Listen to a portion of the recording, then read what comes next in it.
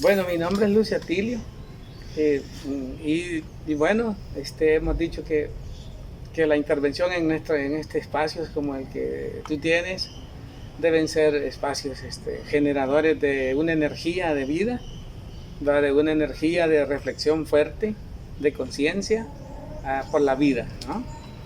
Y ojalá que las personas que van a ver esto tengan la capacidad para...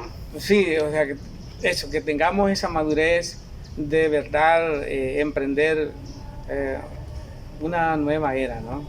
Nadie, para nadie es extraño de que estamos en un mundo lleno de indiferencia, estamos en un mundo lleno de armas, seguimos en un mundo lleno de amenazas, lleno de advertencias, que tú me caes mal, que yo te caigo mal. Hay mucha crispación. Como cada cabeza en un mundo. Sí, hay mucha crispación, pero ojalá que este espacio pues le ayude por lo menos a unos dos cerebros, ¿verdad? O con un cerebro que se prenda, decía alguien por ahí, es un poco que puede iluminar otras mentes. Ya tenemos por lo menos la base. Exacto. Bueno, eso, mi nombre es Lucio Atilio y me conocen como Chillo. ¿Y Chillo le pusieron desde allá o Chillo, después? Chillo se agarró en el camino. Chillo me quedó así como parte de los nombres que me ponían como siendo niño. Estoy hablando de 1980, que tenía 9 años. Y andábamos en los montes huyendo de los operativos en el 80 tenía de la Fuerza Armada, sí. Ya para ese tiempo yo ya había perdido para abril del 80 yo ya había perdido mi mamá y mi hermana. Mi madre embarazada, que fueron asesinadas en la casa, y había perdido 2 hermanos que participaron en una marcha en San Salvador en octubre del 79, y que pedían eso, que hubiera libertad de expresión, que los presidentes en El Salvador ya no fueran militares, que hubiera derecho a la vida. Incluso esos días le dijeron a mi padre que mis hermanos no deberían de ir a esa marcha, porque era una marcha que se sabía que iba a ser reprimida. Y dicho y hecho, ya como a las 11:45 de la mañana, ya mi padre, un vecino, le dijo, ponga la YSKL, don Valerio, le dijo, que en paz descanse mi padre, ponga la YSKL, le dijo, que están dando una noticia de más de 20 muertos y han mencionado a sus hijos. Entonces mi papá ahí se dio cuenta y bueno, pasó lo que pasó y esos 2 muchachos están enterrados aquí en la iglesia del Rosario. Ahí hay 21 personas. 21. Hay una placa que así dice, yacen aquí 21, ¿verdad? Cuerpos. Y bueno, así fue ese tiempo tú conoces que en ese tiempo había muchos lugares sin electricidad, ¿verdad? Era un tiempo difícil, porque cualquier latición de perro, cualquier disparo que oías así en un cerro, en una vaguada, en un camino, sentías miedo, porque ya estaba pasando. Habían cateos, yo recuerdo que habían cateos de la Fuerza Armada y que buscaban guerrilleros, buscaban armas, decían ellos, debajo de las camas, en los tapescos así donde habían guineos madurándose y todo eso. Y nosotros vivimos eso. Pero lo de su mamá, a los 9 años, ¿usted vio lo de su mamá? No, yo vi cómo quedó mi mamá. Yo estaba en una quebrada que le dicen la quebrada del Guasmal, con mi hermano Romeo, que me llevaba como 3 años más. Y esa tarde, como a las 4 de la tarde, 4:30 de la tarde, me dice mi hermano, estábamos dándole de comer a las vacas, sal, así que les dábamos sal así en las manos y les poníamos en las piedras, y de una lechuga que crece en el río, habíamos llevado cuando oímos los disparos. Y entonces fue que me dice Romeo, vámonos para la casa, que eso fue en la casa, ¿verdad? Y fue así como ya vi cómo quedó mi mamá. No vi cuando la asesinaron, sino cómo quedó con los disparos, recostada así sobre una banca, y mi hermana así sobre una hamaca. Y bueno, ¿En una casa? En la casa. El tiempo ese tiempo oscuro, pues, así literalmente, sin electricidad, iluminado con velitas y con el pavor de que, como Cicala quedaba cerca y ahí estaba la guardia, teníamos miedo de que la guardia... ¿Cerca de Cicala estaba eso? Sí, de que la guardia volviera, del cantón Huilihuiste. Nosotros somos originarios del cantón Huilihuiste, de Ocicala, y está como a 1 kilómetro en línea recta. Entonces, muy cerca, el velorio, o sea, incómodo, porque podían llegar y hacer repetir otra escena así fuerte de crimen. Entonces, el clima que se vivía era así, de mucho miedo, y así fue como yo tenía 3 meses de estar yendo a las escuelitas Benito Juárez, y a mi papá le dijeron que ya no me mandara, que ya nuestra familia estaba acusada de ser guerrilleros, y fue así como mi papá ya me dice, ya no vas a ir a la escuela, hijo. Y en abril, eso lo de mi mamá fue en febrero del 80. Febrero, marzo, abril. Ajá, y en abril fue cuando mi papá así, pues macheteó los horcones de la casa, macheteó cosas, escondió un poco de dinero, agarramos un poco de ropa. ¿Cuántos eran? Quedaban 3 hermanos más míos, y 2 hermanas y mi papá. Y así fue como huimos y buscamos como refugio unos campamentos de la guerrilla que estaban en un lugar que le dicen en el Limón de Delicias. Era una guerrilla así que andaba como con unas metralletas que le decían veretas. Andaban de unos fusiles 22 que eran así de varilla, que le agarraban 18 tiritos. Ajá. Y con eso se agarraban con el ejército, con eso se agarraban, y hasta la misma gente decía, hoy decía la gente, ya empezaron a pelear, decían los compas, decían que eran los guerrilleros, ya empezaron a pelear, decía, y por la forma, por los cartuchitos, o eran fuego de Uzi, o fuego de alguna vereta y alguna escopeta, ¿verdad?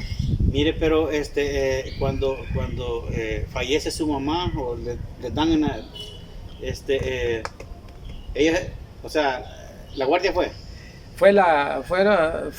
miembro de la guardia. Digamos que si fue la guardia era porque la familia era sospechosa desde ese momento. Sí, era sospechosa acuérdate que en ese tiempo ya la Fuerza Armada perseguía a catequistas. Ajá, perseguía así sacerdotes católicos, y que eran acusados de revoltosos, de comunistas, de todo eso.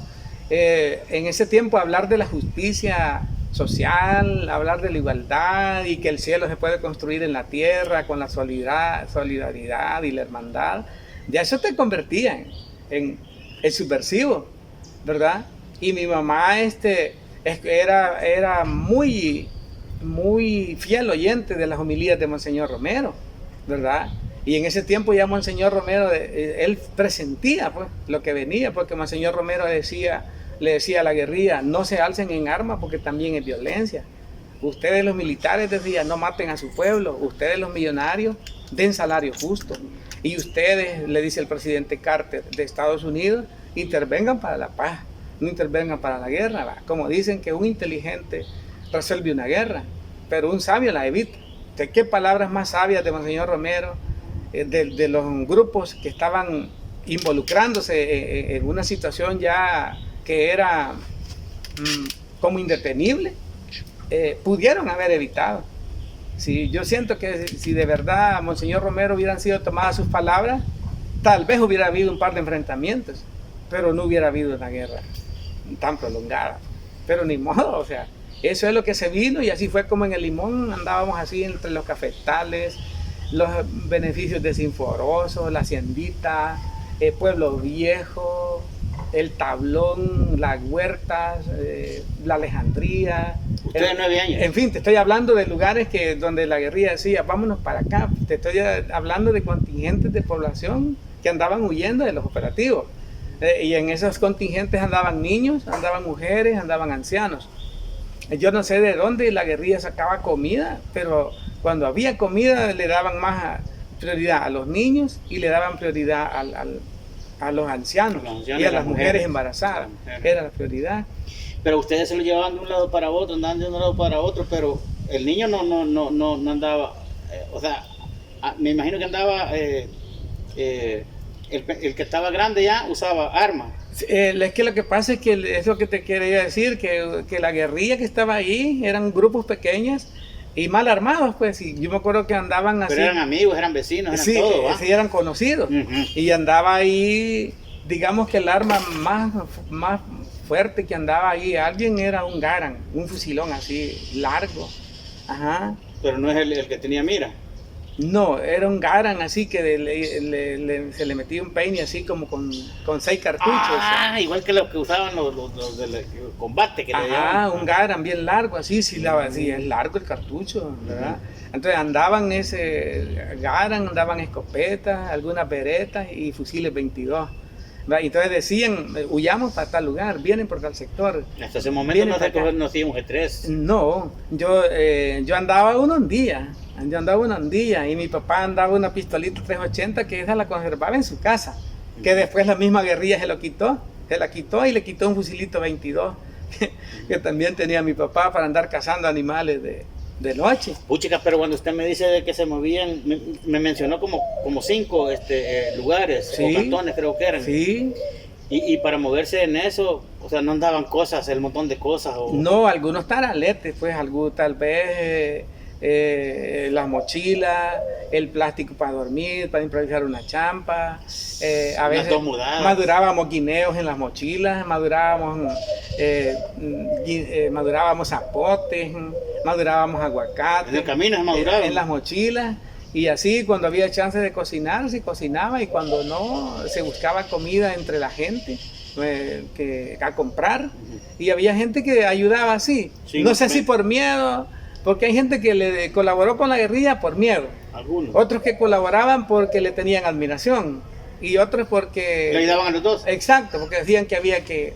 Ni modo, Colaborar. la guerrilla, como el ejército, anda caminando por todos lados.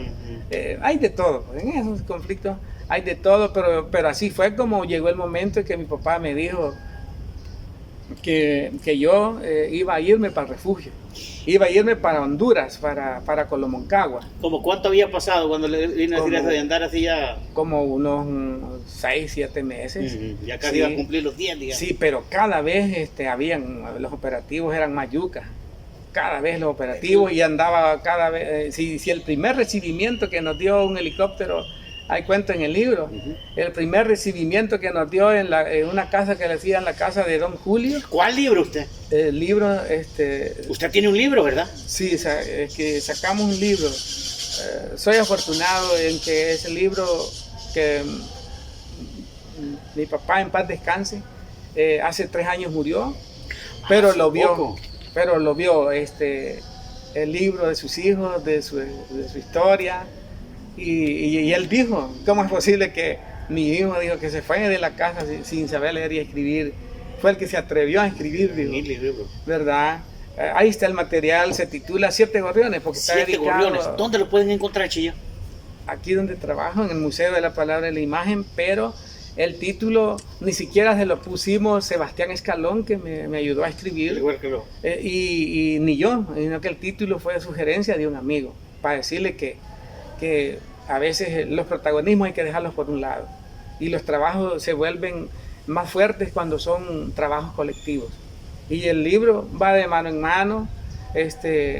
Cabal, lo que dicen que 2 cabezas piensan mejor que uno, les llegó el título. Sí, tiene un lenguaje reconciliatorio, porque eso fue lo primero que me dijo Sebastián: no vayas a inclinar el libro hacia la venganza, la rencilla, el rencor, me dijo, porque las nuevas generaciones deben aprender de un pasado, aprender, no aprender a seguirse odiando, sino aprender por qué no se pueden continuar las guerras, porque es muy trillado decir que el pueblo que no conoce su historia está condenado a repetirla.